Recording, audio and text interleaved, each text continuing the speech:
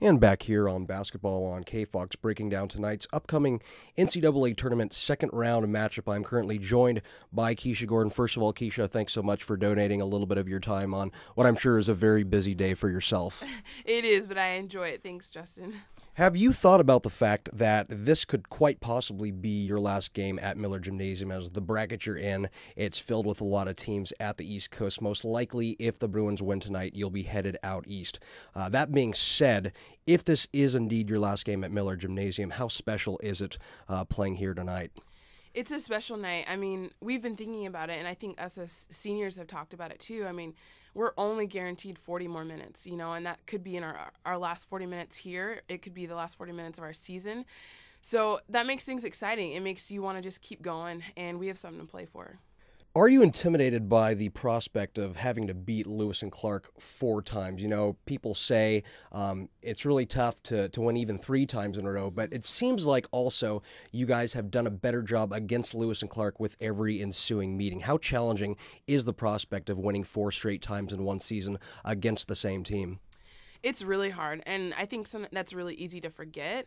When you keep playing the same team over and over, you start to know them better. They know you. I mean, it's like you guys are like on the same team. You know all the plays and everything. But we talked about this today. It doesn't matter that we've beat them 3 times. All we need is to beat them once, and that's tonight. And so I think we can flush everything else that's gone on and take this like it's the first time we're playing them. We know them really well. They know us, and it's just going to be the best team that wins tonight. Now, you are currently the all-time leading scorer for this George Fox women's team. Let me be one of many to congratulate you on a number of accolades you've achieved this season, but you're the leading scorer on this team. Hannah Munger is the second leading scorer. You two lead a very potent 1-2 scoring punch, though last night Hannah had a lot of trouble even receiving the ball down low against California Lutheran. How can you guys try and open up the game for Hannah tonight, possibly? Yeah, that's a really good point because we've acknowledged our game plan going is we have to pound it inside, and we've talked about that already. I think our goal is to always look twice. I mean, because Hannah's such a threat, there's double teaming, there's triple teaming, and so we have to look, fake a pass, and look inside because she's open when we look twice, and we need the ball in her hands because she does great things with it. Your class of 2012 has had so much dominance over the last 4 years. You had the 32-0 national championship run your freshman year, and currently you're 28-0. How much are you enjoying this current ride? Yeah, this is a fun ride indeed, and what's fun about it is it's completely different from my freshman year. I mean, different players, different coach. It's just fun to see how you can win in a different ways, and so it's exciting, and I want this group to experience what we experienced our freshman year. Piggybacking upon that statement, your freshman year, you were the starting forward for that national championship George Fox team, and you looked up to the likes of veterans like Kristen Chalet, BB Gardner, Elise Kenzie Trask. Now you're in their spot in your senior year 3 years later down the road. From your point of view now, what's it like being the leader on this team and kind of leading the way instead of following as a freshman? It's very different because, I mean, my freshman year, I wasn't one to think that it was all riding on me or I had to particularly do something. We always looked to them. And so now I feel grateful for being in the position that I'm in. And the lessons that they taught me how to be a leader, I attribute that all to their success and the things that they've taught us. So it's really fun to see it as a senior now. As a senior on this team, you have a lot of very talented and crucial to your roster, crucial to this tournament run, very skilled freshmen and sophomore players on this team. As one of the leaders for the Bruins on the floor, how do you keep things loose, free-flowing, and at the same time keep this team under controlled and focused on the task at hand? We do a lot better job when we're relaxed and when we have fun, and I think that's something I try and bring in practices and in games is when things are getting crazy, it's like, guys, let's settle down. Let's go to what we know. We don't have to do anything out of ordinary, and so that's the big part about being a Bruin, I guess, is just knowing it's a team thing, and so as long as we're on the same page, I think good things can happen. Over the last 5 or 6 games or so towards the end of the season, you have been on fire scoring-wise, taking the game into your hands, as opposed to January where some onlookers may have possibly accused you of being passive or letting the rest of your teammates get involved and take the primary scoring load, but you have been the primary go-to scorer for this team over the last 3 weeks or so.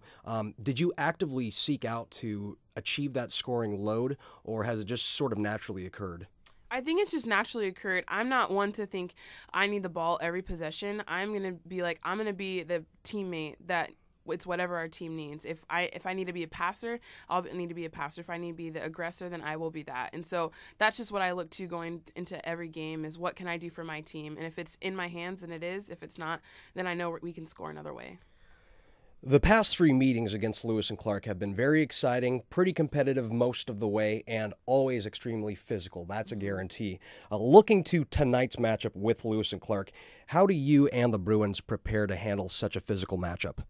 We know that's their game plan is their physicality. So our motive coming into this game is we're going to be the team that sets the physicality. We're going to be the ones that set the tone of this game. And when we've done that the past couple games, we've come out to great starts and I think we're not expecting it at first. And so we just have to come out tonight setting the tone and saying this is how this game is going to play.